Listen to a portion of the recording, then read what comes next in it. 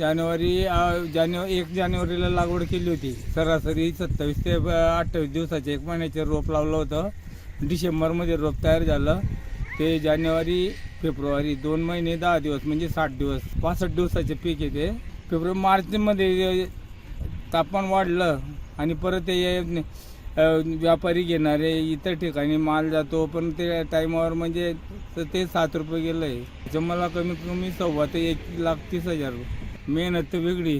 आता माझे फक्त खर्च निघाला आहे, मेहनत तर काहीच नाही. फक्त फवारणी वगैरे मटेरियल खत उत्पन्न भरपूर होतं, पण कमीत कमी 50% तर आता फेकलं जातं आहे. ते उन्हाच्यामुळे हे बाकी व्हायरस बाकी उन्हाचे चट्टे पडलेले पडलाय. मग आता फक्त ते चांगला छाटून पाहू आता जेवढे निघाले 5-10 हजार रुपये करता. आता मागच्या वर्षी केळी बी आता केळीवर टरबूज लावलं होतं.